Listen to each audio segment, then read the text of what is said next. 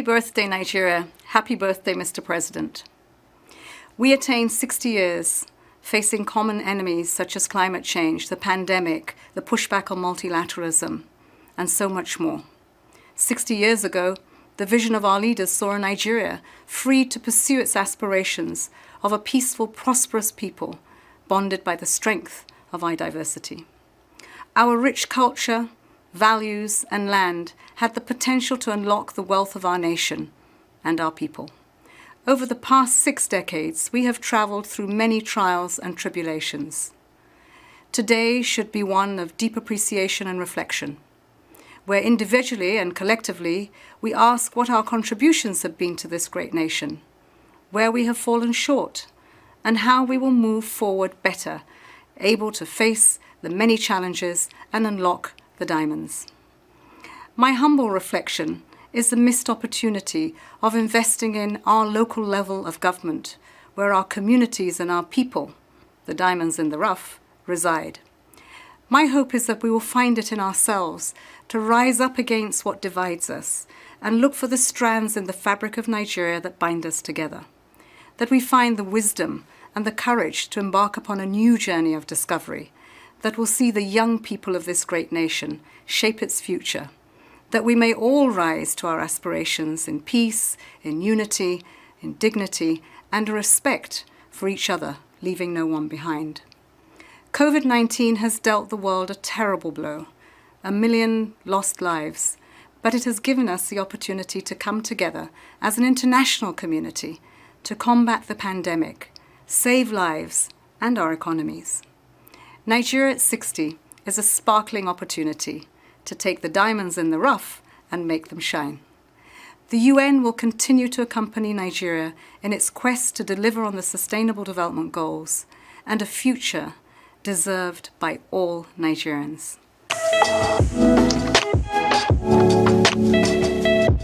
Welcome to Thisday Live, the Sunday talk show where we discuss all things political, bringing you the top stories locally, nationally, and from around the world. I'm Ruben Abati, and Thisday Live begins now.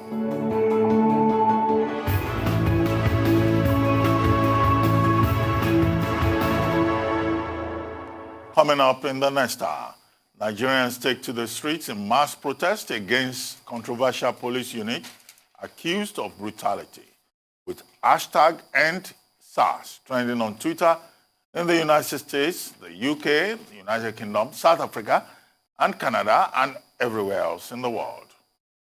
Rotimi Akeredolu, re-elected for a second term in office as the Independent National Electoral Commission, INEC, in Nigeria, declares him winner of the Ondo State gubernatorial election.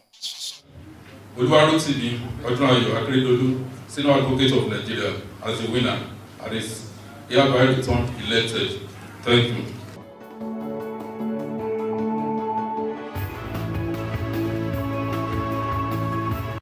Months of anger and protests on the streets of Twitter and other social media platforms against a special police force unit known to terrorize and extort money from young Nigerians finally spilled over into the streets of major cities across Nigeria. From Lagos to Abuja, the nation's capital, Delta State, Osun State, Ogun State, Ekiti State, Anambra State, and a number of other states across the country, young Nigerians took to the streets to demand a disbandment of the special anti-robbery squad and reform the nation's police force.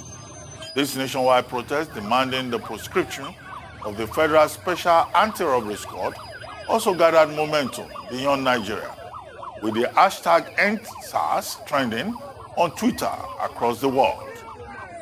Here in Nigeria, leading celebrities and activists organized a mass protest across different cities in the country, demanding an end to police brutality in Nigeria.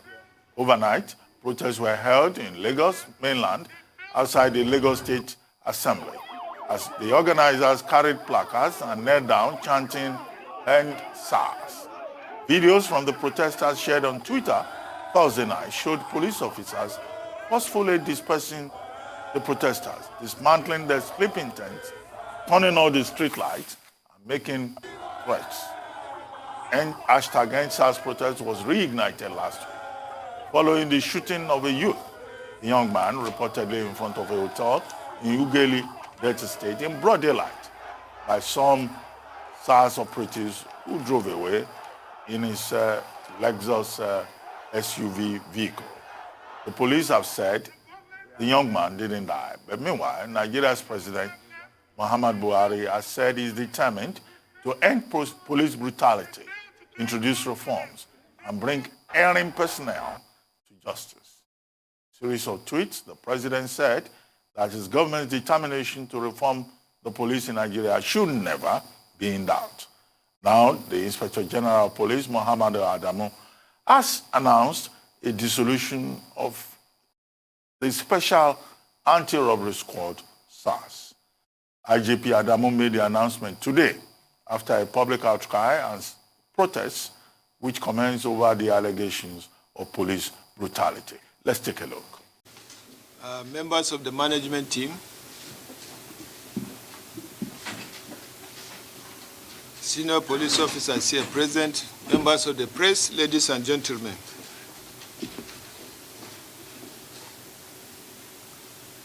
Well, it is with sense of patriotism and commitment to my professional calling that I invited you to this important press briefing to address critical internal security issues. The current development in which cross-sections of Nigerians are calling for the scrapping of Special Anti-Robbery Squad as a unit in the Nigeria Police has remained under constant monitoring and due assessment by the government. The government acknowledges the inalienable rights of citizens to freedom of association and expression. The current agitation in this context is seen as a manifestation of the natural desires of citizens to participate in matters concerning policing and internal security in the nation. This is indeed one of the fundamental principles of community policing, which we are currently implementing.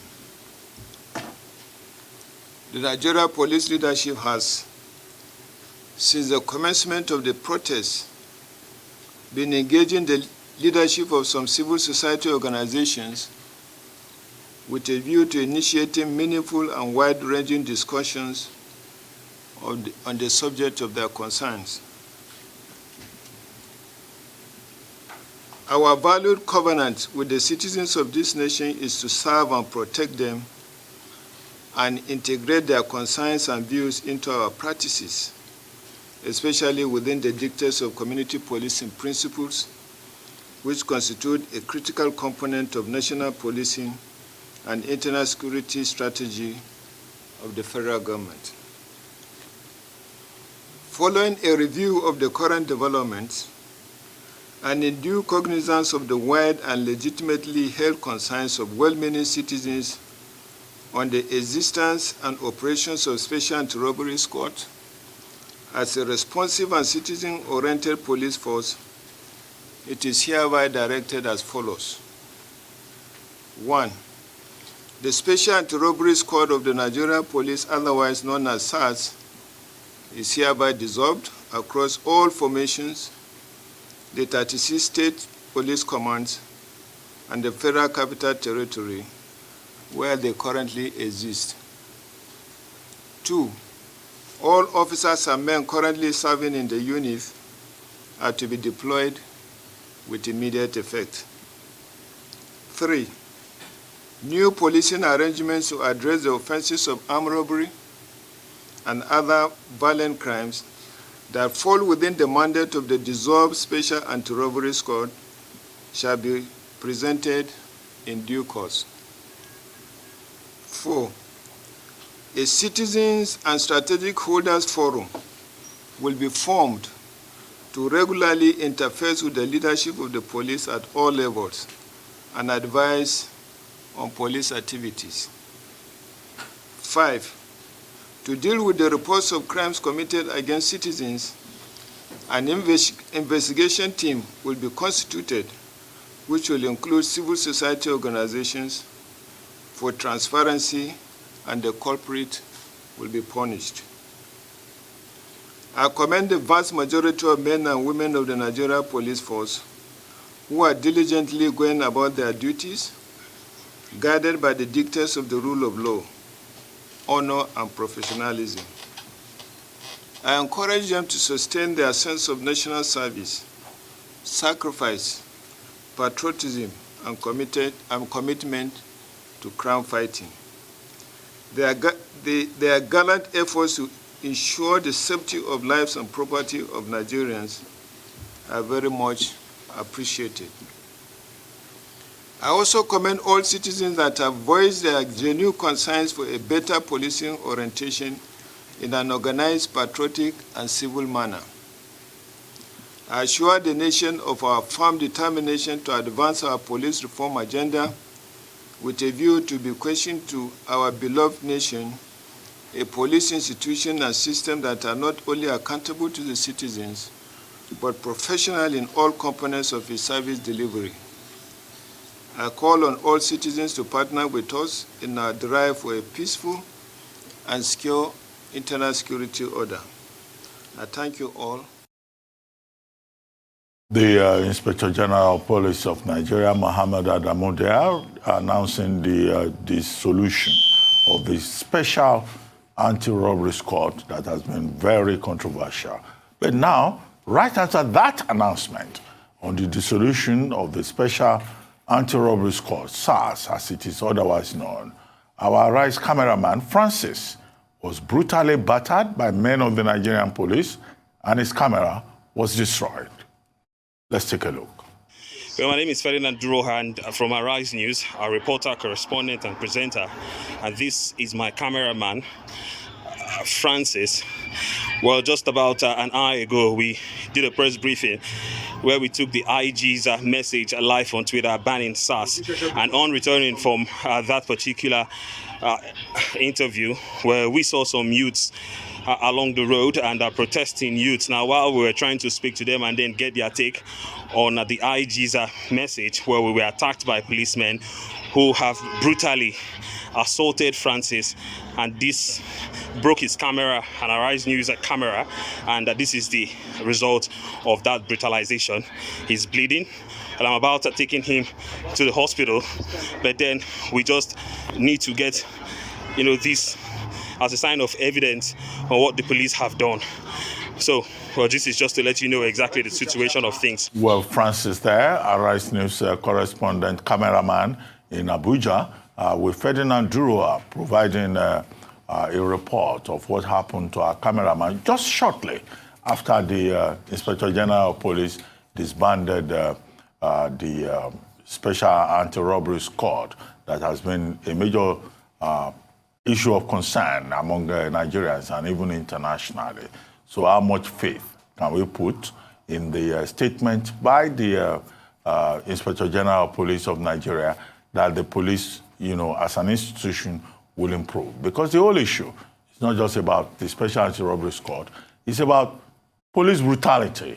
It's about systemic failure within the police, the Nigerian police. But we'll take a short break now. When we return, we will have a conversation around this subject. Don't go away. We'll be right back.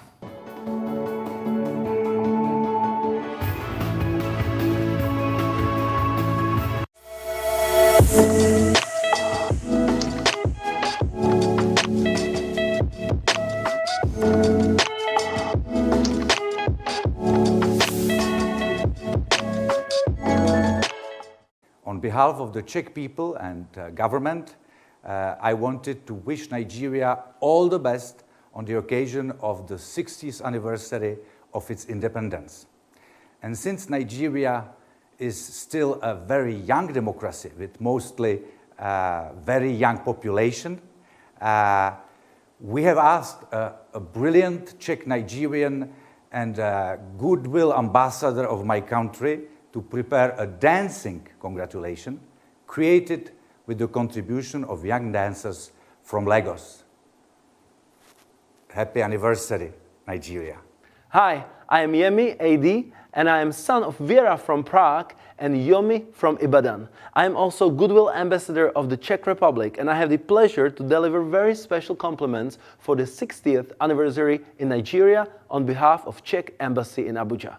We wish you, all Nigerian sons and daughters, all the best for Independence Day. And since dance is a universal language and one of Nigeria's greatest heritage, we created this choreography with our talented Nigerian dancers so we could celebrate together.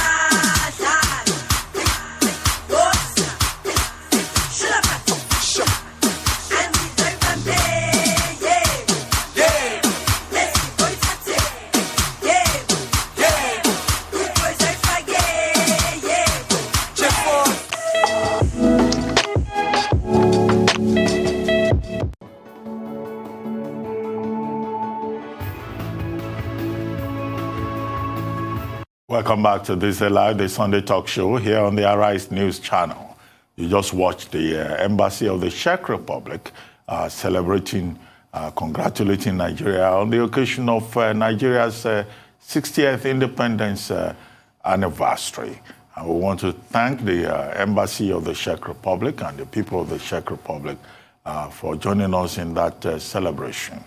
Nigeria, another 60 years, we're very optimistic that this country will get to a better future. Now, joining me in the studio, I have Professor BOLA AKINTERINWA and Professor Victor ARIOLE.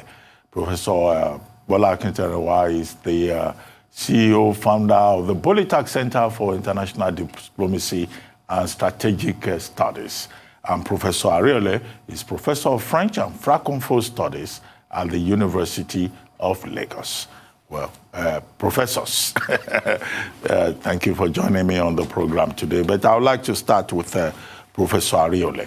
The breaking news that we started with was the Inspector General of Police announcing the dissolution of the now notorious, controversial, problematic Federal Special Anti-Robbery Squad in Nigeria. That squad was established in 1992 to help address the challenge of armed robbery.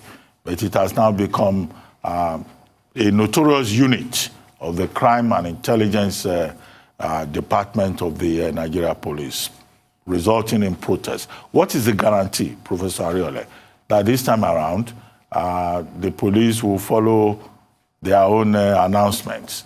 Because in the past, we've had previous Inspector Generals of Police say, oh, we have disbanded Special Anti-Robbery Squad. What evidence do we have that what the Inspector General of Police, Mohammed Adamu, has done is not just a way of lowering the temperature of protests across the country? Well, it's still a stopgap issue as far as I'm concerned, because everything about policing security is just a holistic issue of a society. When the society members are so frustrated, are so distressed, definitely the youth that are supposed to be the real lungs of the breathing process of the society will be a bit unhappy and frustrated, and they will go into whatever it takes to get them moving. But the unfortunate thing is that in this, our current situation, the movement is towards the negative side. And it's because the general educational system of Nigeria is not working. It's not working in the sense that both the police is not well educated to understand what we are in, and the youth themselves are not civically educated to understand that they also form part of the policing system of any given nation. We have seen what happened in 1992 that provoked exactly the formation of Sars, which is the early beginning of new democratic dispensation in Nigeria. And armed robbery, as it is said, is not something you see everywhere in every nation.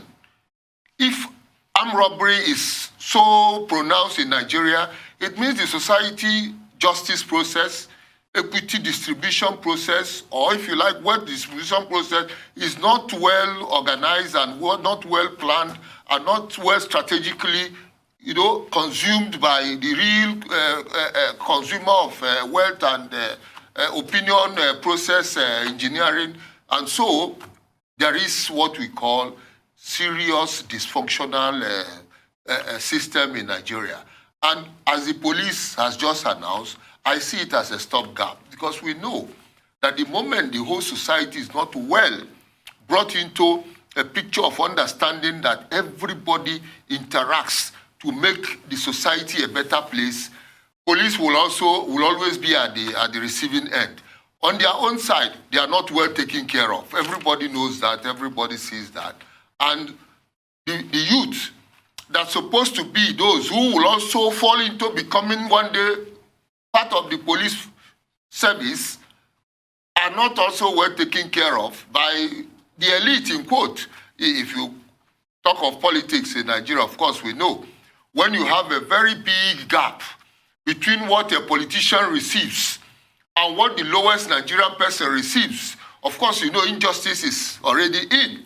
And it takes a serious work of the thinkers and those who are really in charge of the nation to bridge the gap. The moment the gap is not bridged, what the Inspector General of Police is saying will just be a mere watershed. It will not enter deep into what it takes to bring the society into a real standard of what civilized society should be. That's how I see it. It's just a stopgap.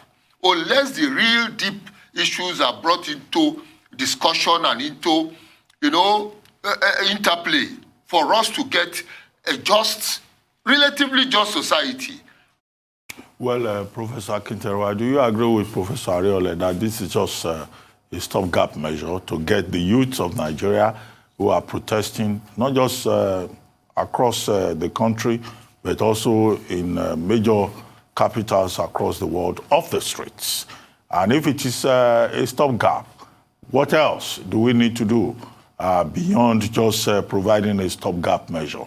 Do you think that the government will be honest enough to address the issues that the angry youths of Nigeria have thrown up with regard to the challenge and the menace of police brutality? Your question is very thought-provoking. I will answer by asking you one question. And I will also answer by asking Professor ARIOLE another question. Then we will come back to the real issues at stake. Professor ARIOLE talked about a stopgap. I will say it is more of change and continuity. Stopgap falls within the framework of the change. Not knowing what will happen after is the issue of continuity. You did ask the question whether, for instance, we should give any credence to what had been said by Mohammed Adamu. The issue is simply that, look, we are used to it. You rightly pointed it out yourself.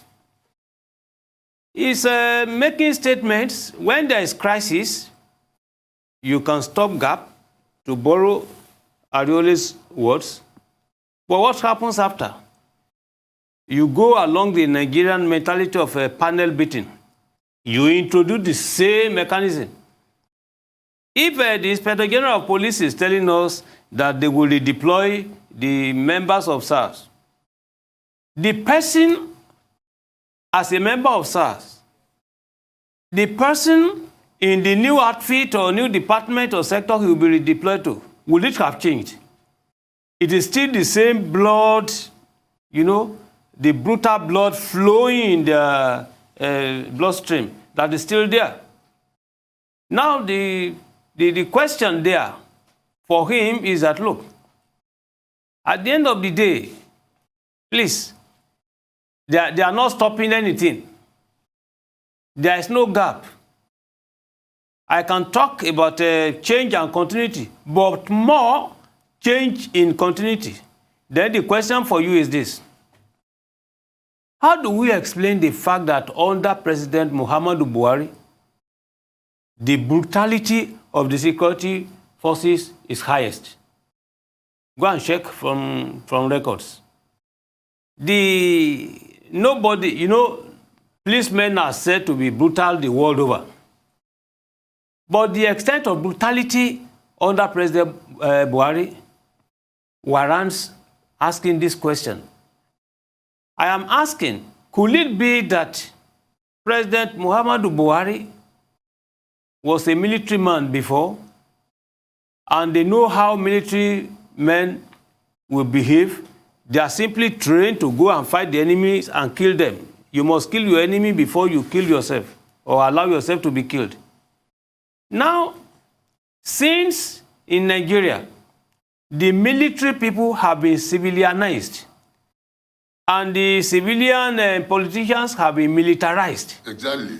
Now, we now have this problem in Nigeria in such a way that policemen wouldn't know when to limit their brutality.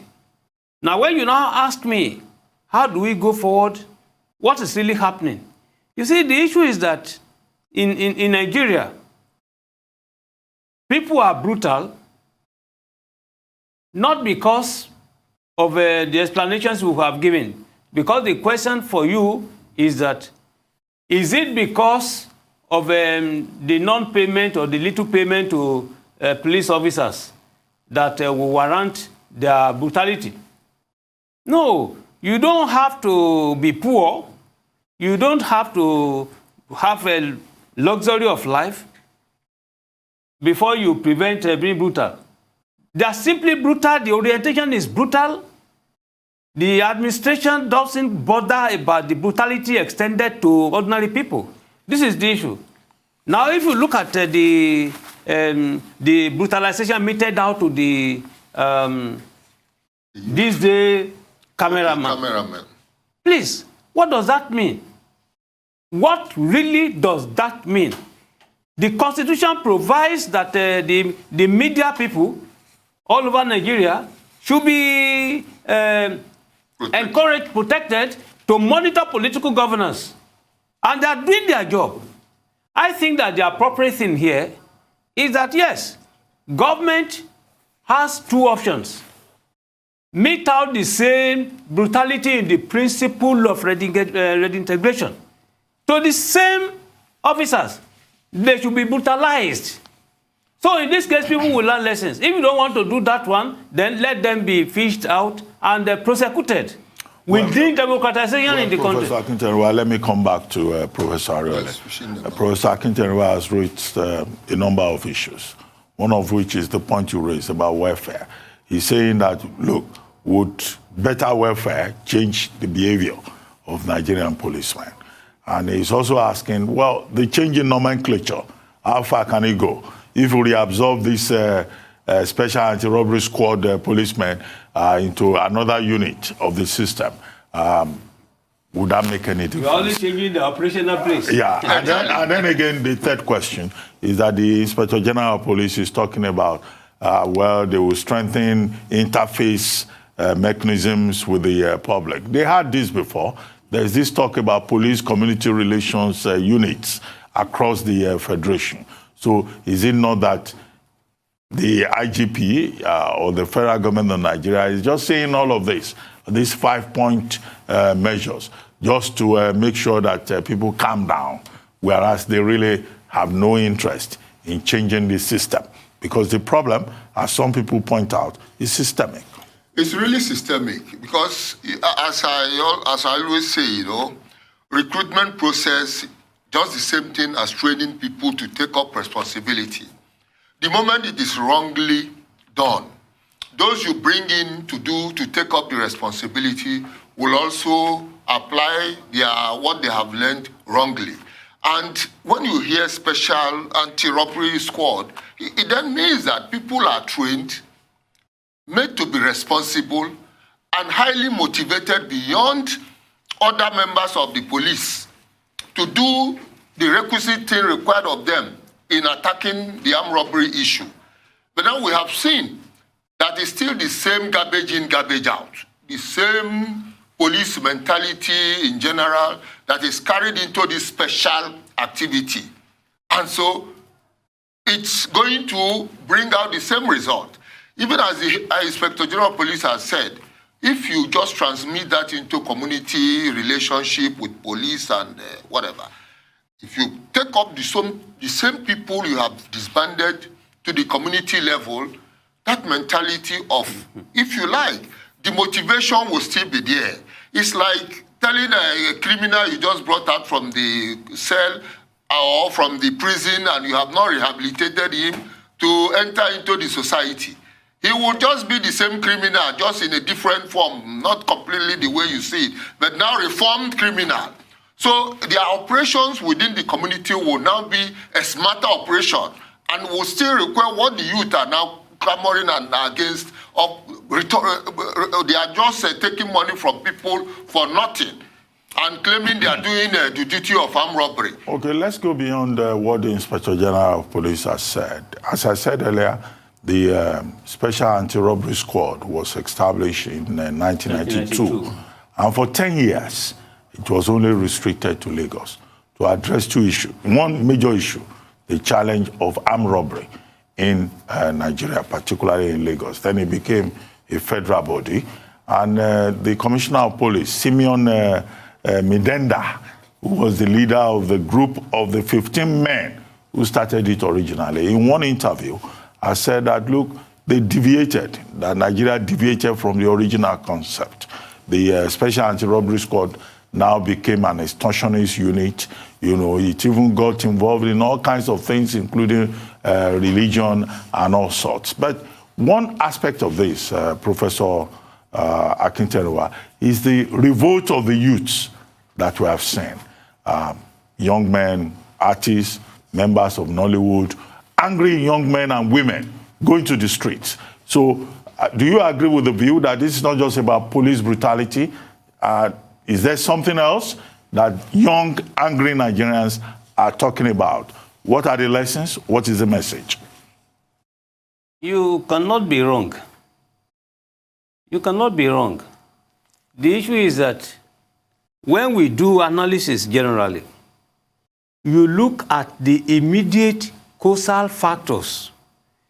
You also have the incidental factors as well as the profound factors.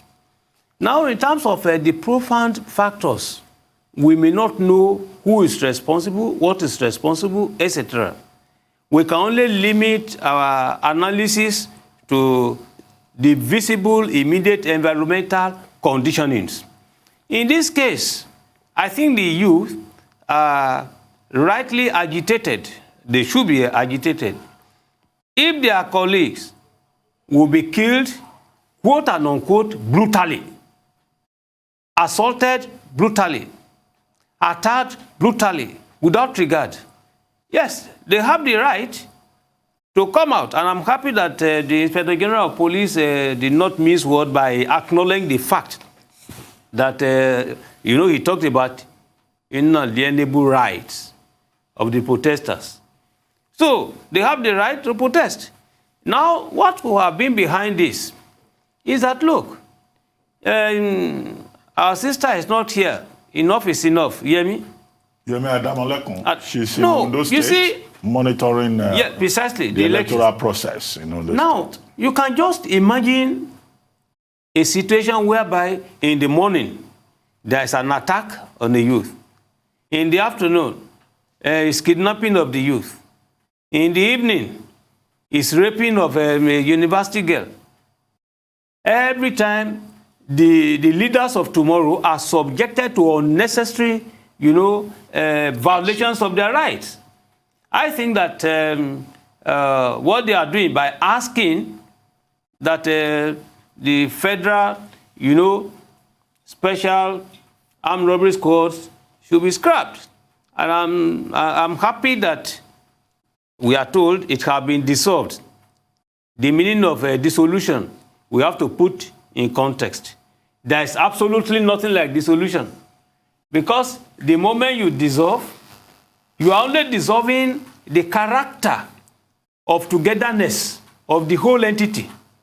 By the time you disintegrate them, you separate them, they are now operating individually all along. That does not prevent them severally or collectively from meeting again, to continue with their assaults. So in essence, the issue with the youth, and particularly from all other Nigerian youths in diaspora, as well as the British, the Europeans now coming in support to say, look, put an end to this SARS. We really need an absolute end, not dissolution. Not just dissolution. Put an end to it, final full stop to it. There's no need. If the policemen, the police force, whether they remove the force out of it or not, if they are effective in their policing, there is nothing like having another special force, looking after a particular problem in the society. There's no need. Well, Professor Akeredolu, I get your point, but Professor ARIOLE, let me come back to you. Clearly, part of the job of the Nigeria police is to ensure security, whether it's robbery or it is any other kind of crime or felony or violation of the public order. But now, what do you say to the young men out there who have been protesting for days, both physically and also online on social media? Do you think that what the Inspector General of Police is reassuring enough for the protests to end? Or yes, the revolution should continue? No, I expect them to end. I expect them to end their protests, knowing that the IGP, Inspector General of Police, because I was watching yesterday in Abuja when they were insisting that they want to see the IGP, and what they asked for, they definitely saw it. The man had come and had announced that he said disbanding the special anti-robbery squad group, which is good. And my own worry is that the youth ought to know that Nigeria, as it is said every time, tomorrow Nigeria belongs to them. Now, they also have to think about it. If tomorrow Nigeria belongs to them, what are their expectations for this Nigeria to move forward? It's not just protesting for the squad that just been disbanded. They should also advise the IGP and the government that this is what we expect for Nigeria to have a stable, a peaceful progress, or if you like, development in seeing that tomorrow becomes a better day for them. But if it is stopped there and they also go and relax, definitely tomorrow a greater squad that could even be worse than SARS could be formed against them. So it's something that is continuous, and they must start now thinking, we have now protested and this has ended. What do we do next? Especially now that most of them, over 3 million of the youth are no more in school because of either COVID or ASU strike or whatever, or government intransigence towards getting the school to restart. So these are issues. They are all frustrations in the system. So there must be a way to keep the youth moving, make them thinking and make them working steady and on, and never stopping, so that the frustration will not come again. Well, I mean, the other side of it is that there are many young Nigerians who are insisting that there is a justice dimension to this. Certainly. The Special Anti-Robbery Squad has been held responsible for killing too many young men, even in and women. And in the course of this protest, people have been killed in Ughelli, Delta State, and also in Osogbo, Osun State. All of that cannot just go because the Inspector General of Police has said, oh, okay, we are dissolving a special anti-robbery squad. I think justice must be done, and justice must also be seen to be done, to have been done with regard to police brutality. We'll take a short break now. When we return, Thisday Live, the Sunday talk show, will continue. We'll be right back.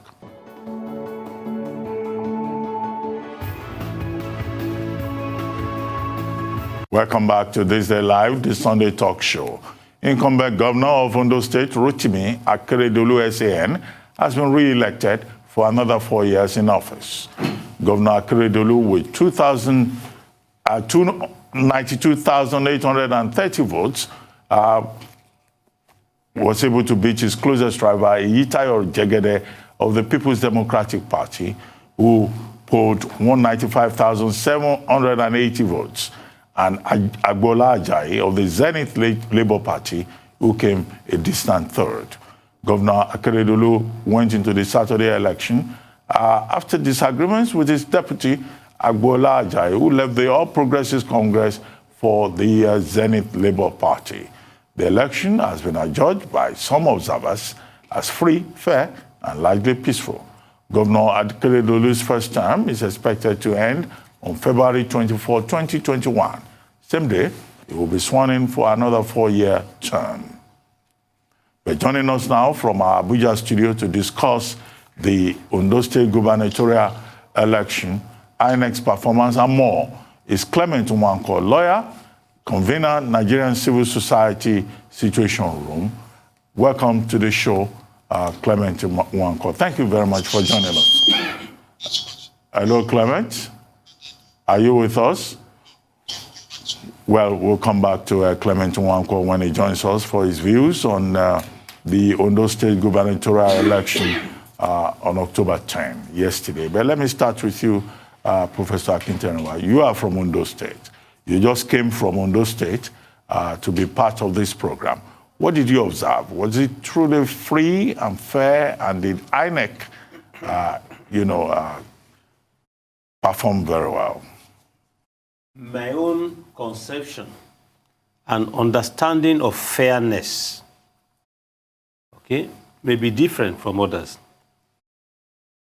Many observers believe that when there is no violence, when there is no element of insecurity, when people just come and vote and go back home, it is fair and fair. No. The moment any election is predicated on dishonesty, then you cannot talk about fairness at all. And I'm now trying to say that you cannot talk about fairness and free election the moment, for instance, we factor in vote buying. If you look at the dynamics of vote buying there, I would say that, look, we have an election in Ondo State that can be explained by what I will call the people's perception of professional politicians as very dishonest. And that perception of dishonesty is to the extent now that they prefer to sell their votes, and the politicians now prefer to buy the votes.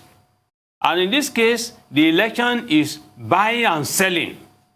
So it doesn't have anything to do with free and fair election. This is just commodity. Election is commodity in Ondo State. Well, Prof, I'll come back to you later, but Clement NWANKWO, the leader of the Nigerian Civil Society Situation Room, is now joining us from our Abuja studio. Well, Clement, are you with us now? Joining us from Abuja? Well, Professor ARIOLE, Professor AKINTERINWA made the point about vote buying, vote selling, which means that in his view, as an indigene of Ondo State, and as, I think, Prof, you tried your hands, you tried to get involved in politics at some time at the local government level. So what he has observed is that that election was not exactly free and fair.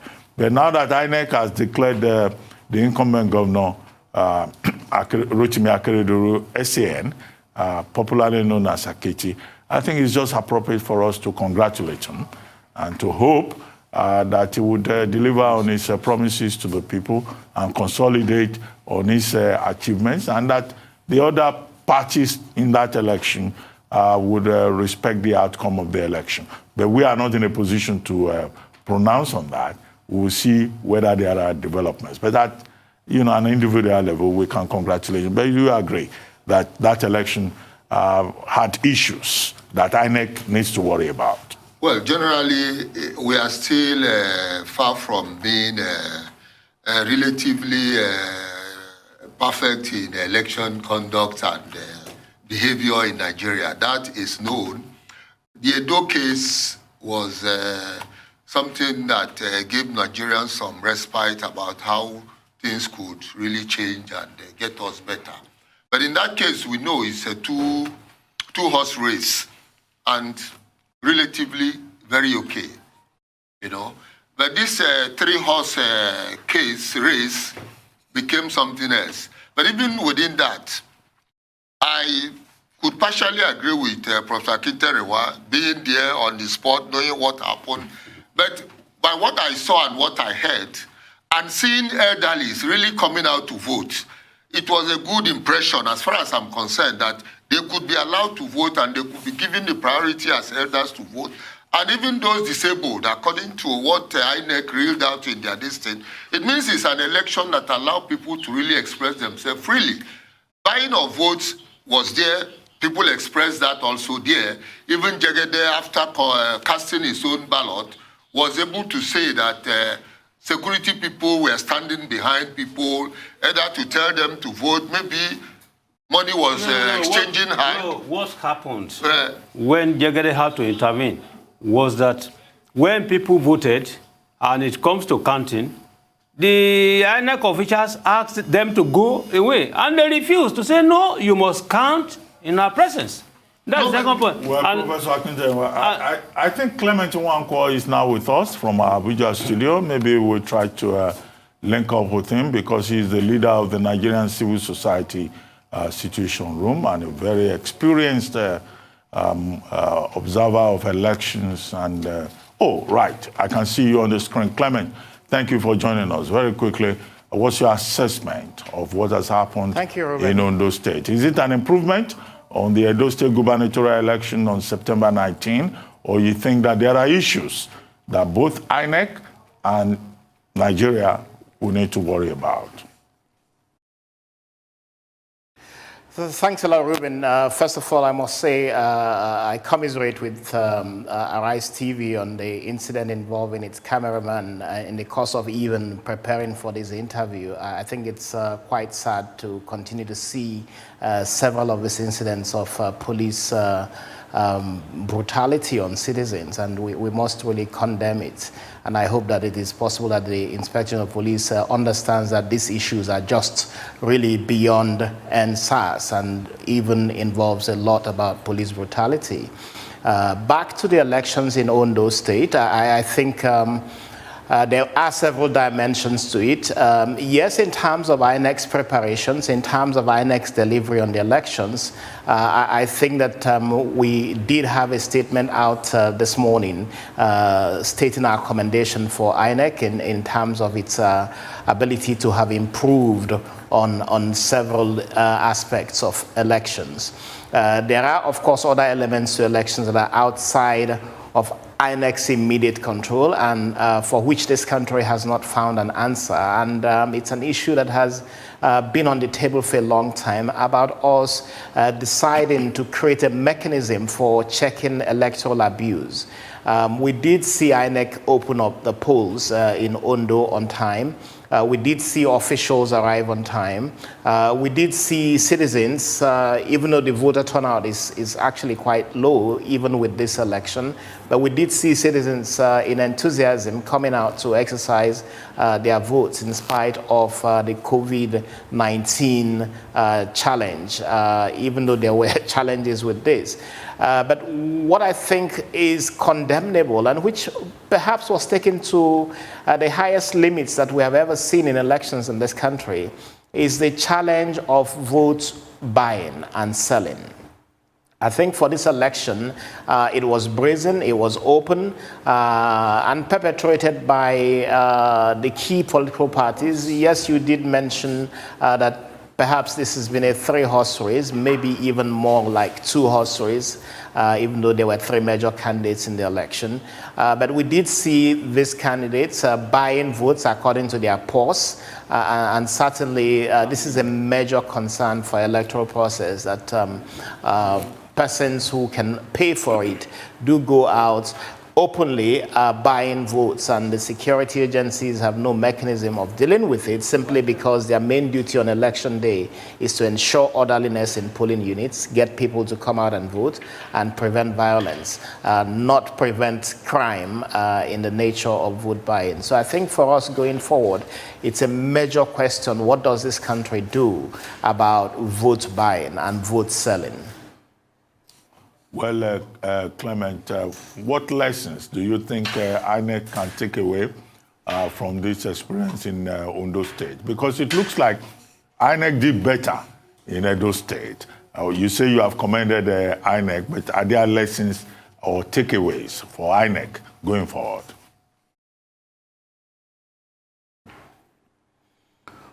Well, I think there are lessons to be taken. Again, let's not forget that this is a one-off race. In a bigger, larger general election, the complexities are much more.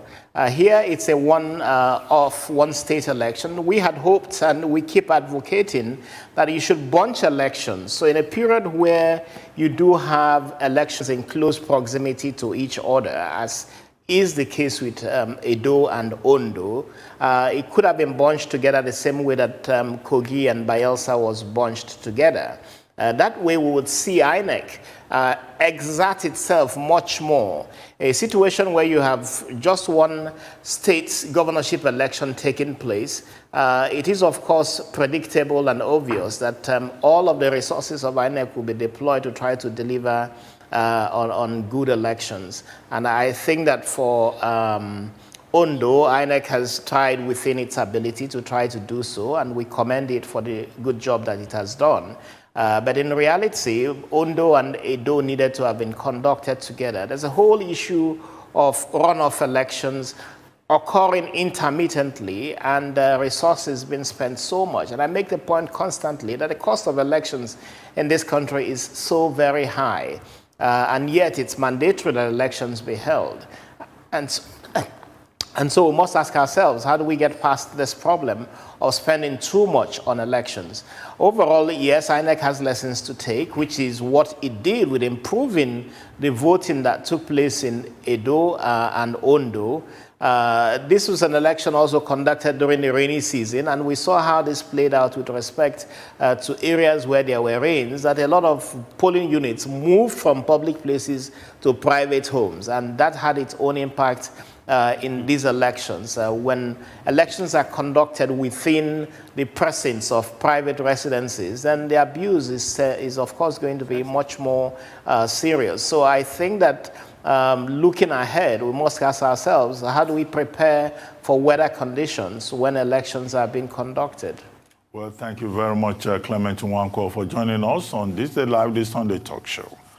Professor AKINTERINWA, thank you very much. Professor Victor C. ARIOLE, thank you very much. You've been watching Thisday Live, this Sunday talk show here on Arise News. I'm Ruben Abati. From my entire team here in Lagos, it's bye for now, and thank you very much for watching. We'll see you next Sunday. Thank you.